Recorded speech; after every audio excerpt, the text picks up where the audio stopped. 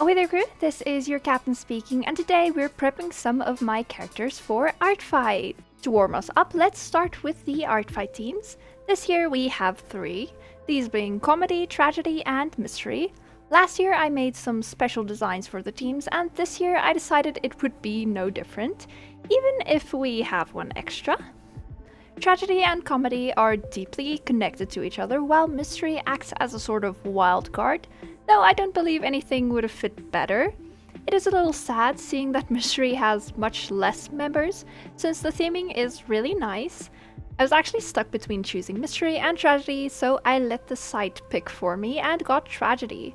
I'm not mad though, the blue theme is very nice and calming. For the outfit designs, I made use of the connection between 2 of the themes when picking character designs.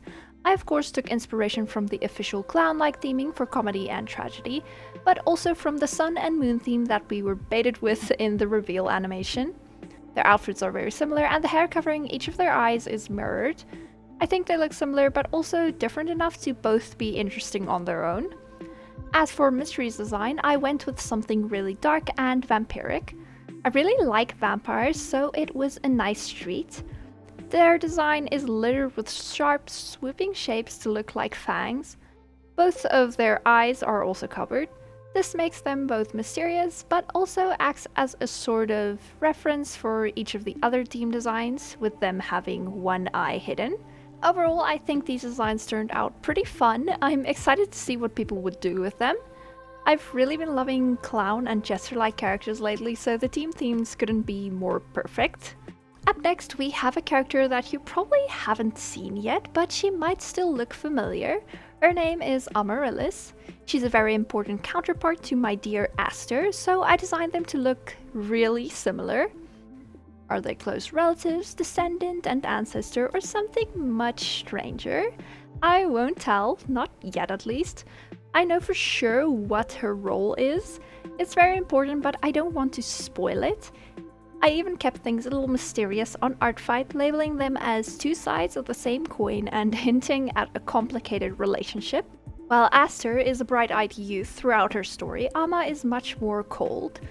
Her and her fellow Harpy's feathers have been harvested for years by the humans. In their greed and impatience, the humans pluck their feathers to the point of no return. Harpy feathers are said to increase a person's lifespan, while the effect of consuming a phoenix's feathers is said to give you immortality or simply a much prolonged lifespan. In my little fantasy world, harpy is just an umbrella term for different types of harpies. Ama is a phoenix harpy. To put it simply, they are named after their flame-colored wings. There might be a bit more to that reasoning, but I'm not yet sure if I want to add a magic system into this world. But Ama adores her people, so as they are being used up by the humans, she thinks of a way to free everyone, even the other non-humans that have fallen victim to the humans. She waits and watches for a chance at escape or revenge. One night, Brunhild happens to hear her prayers and grants Ama the magic power to burn it all down. There's not much to say about Ama's design since she is so visually similar to Aster, and her outfit is pretty simple. She does look very broken and tired though. Hopefully this next character can help her out a bit. It's Corinna. If you've been around for a while or watched some of my older videos, you might have seen her before. She was originally designed for a Pinterest challenge, so with her having a pretty important story role, she needs a more thought out design. Her relationship with Ama is a complicated one, but it's definitely a mixture of doomed and toxic Yuri. Corinna fell in love with Ama at first sight without ever meeting her, and developed an unhealthy obsession with her. Ama is probably the only person Corinna treated kindly without the intention of getting something in return. Corinna is even the one that turned Brunhild's attention towards Ama's suffering. Ama isn't oblivious to Corinna's manipulative nature, but this devotion did reach her heart. I'm still working out the kinks, so that's all you're getting for now. While redesigning her, it was essential for me to keep a few elements. This includes her being a cyclops, her long fluffy hair, and the tiered semi-transparent dress. I was just too in love with the dress concept to let it go, so I opted for giving her something a little more modest. She is supposed to look very pure-hearted after all. Actually, personality-wise, she is quite the opposite. She's a nasty snake, which is the one hint I wanted to leave in her visual design. The snake is also a nice reference to Seth, who offered Corinna her powers. Corinna was granted visions of the future. This has always been part of her character, but I wanted to add some rules and restrictions to her ability. Corinna is only able to gain access to her visions while meditating. Her meditation sessions can require intense focus and large amounts of energy, as they can be quite draining and take very long. As for the contents of the visions, they always show dangerous situations the subjects of her thoughts will encounter in the future. These situations can be insignificant or life-threatening, but Corinna has no way of telling one from the other. The most notable of these visions are very closely related to Aster and Amaryllis. Aster is sort of a student to Corinna. She trains her to take on the role she believes Aster must take on to fulfill a certain prophecy, which will still remain a secret. At least Corinna turned out really pretty. I'm really excited to see what people come up with if they draw her, but also to draw her again myself. Once Artfight is done, I really want to draw a bunch of my main OCs specifically interacting. I think that could be very fun. One of these main OCs would definitely be Titan. I've updated her ref sheet again for a few reasons. With the previous one, she was looking a little too cold and the red in her eyes was just way too striking. Now she feels just that tiny bit softer. I also really wanted to give her an extra outfit that hints at her original design with the big hat and nice dress. A lot of people really like that design. Since so much of her clothing is already based on more traditional Chinese clothing, I opted to keep that going with the new dress design. I took a lot of inspiration from the Xipao. As for her original hat, it coincidentally worked really well with it. Veiled hats were also pretty popular during certain Chinese dynasties, which is a happy coincidence. I really didn't want to let go of the hat since it was such a big part of her original design and it looks really cool.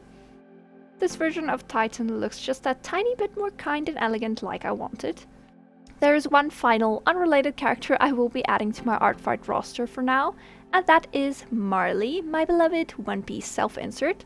I've really been enjoying drawing her, so I thought others might enjoy it too. Now for a little recap and update of who she is. Marley grew up alongside Luffy and his brothers. She is half fishman and half human. In the East Blue, where she grew up, fishmen were feared and not too common, so she was often treated unkindly by others, even if she was just a little girl. She did what many people would do in that situation, and that was to hide the, quote, unsightly features of herself. It was only after she started traveling on the Grand Line and temporarily joined Trafalgar Law's crew that she started to become more comfortable showing those parts of herself without the fear of being judged. Since she's a self-insert, it's only natural for me to ship her with my beloved Trafalgar Law. For the purposes of the Artfight profile, I unfortunately had to crop him out of any art of her, since Artfight does have some rules regarding canon characters. When uploading her, I also made sure to remind everyone in the character permissions to take a look at them. I would love it if someone drew ship art of them, but it would be devastating to me and the other artists if they got banned because of it. So please take a careful look at the rules both when uploading characters and attacks. Marley is a cutie and I love her very much. Hopefully some other people will end up liking her too. Now for my final trick of the video, I would like to quickly show off the characters I have available on my Artfight this year. Just note that I might still be updating some profiles after this video is released. I've added and updated quite a few characters already, so hopefully some of those can grab your attention. Artfight being so close has me really hyped up. I always enjoy drawing other people's characters and seeing their reactions. And of course, receiving art of my characters from another artist honestly gives me such a big boost of motivation. Like, what do you mean you took time out of your day to draw one of the characters that I love so much? It really means a lot. So happy art fighting to all my fellow artists. I really hope to see you again for our next voyage. Bye bye!